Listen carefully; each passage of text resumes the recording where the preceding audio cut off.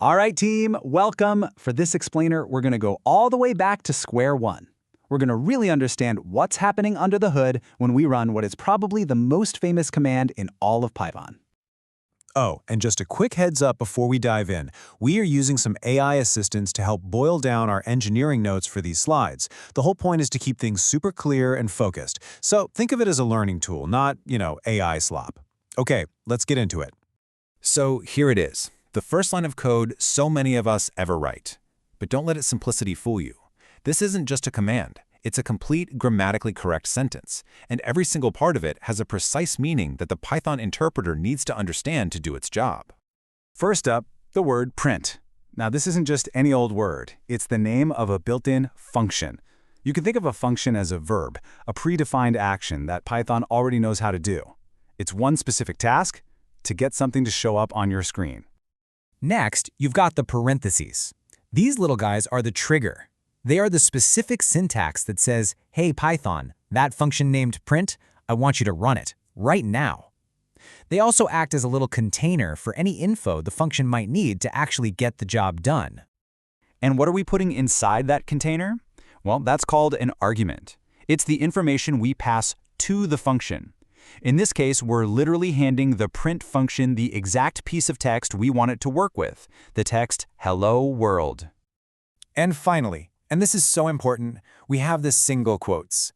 These are delimiters. They send a critical signal to the interpreter. They're basically shouting, hey, everything between us is just literal text. Don't try to run it as a command. Don't look for a variable. Just treat it as is. And this special type of text data has a formal name. It's a string. So, we've established that our argument, hello world, is a string. It's one of the most fundamental building blocks in Python. But strings have a very specific personality, a core property we really need to understand. And that property is that Python strings are immutable. That's a fancy word, but the concept is crucial. It means once a string is created, it can never be changed. Not ever. If you do something that looks like you're changing it, like adding text to the end, what Python is actually doing behind the scenes is creating a brand new string from scratch with the new combined text. The original is untouched.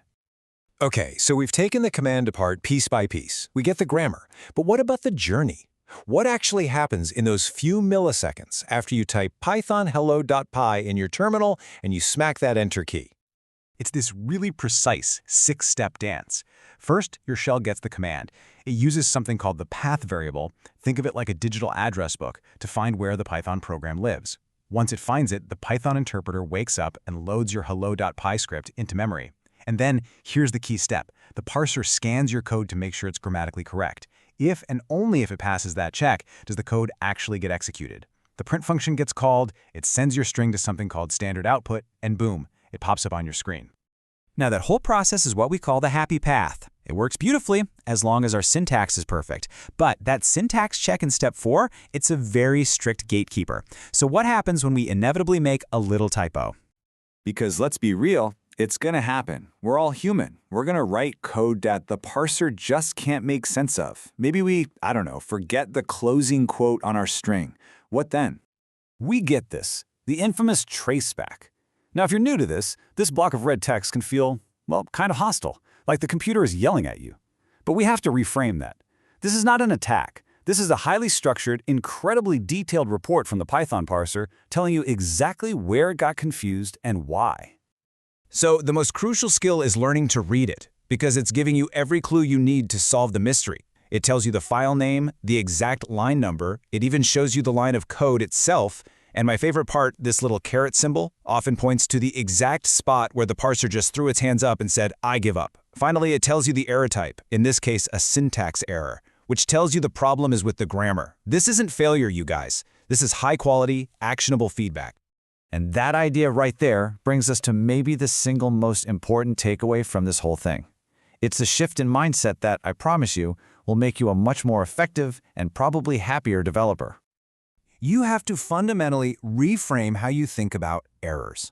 A traceback isn't the system telling you you've failed, it's the system giving you a gift. It is a precise, structured, totally actionable bug report.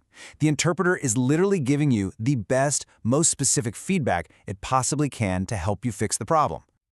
So I'm going to leave you with this question to chew on as you go back to your work. The next time an error pops up, instead of getting frustrated, how can you see it as a lesson? How can you slow down, read the report, and make that traceback your absolute best teacher? Thanks, everyone.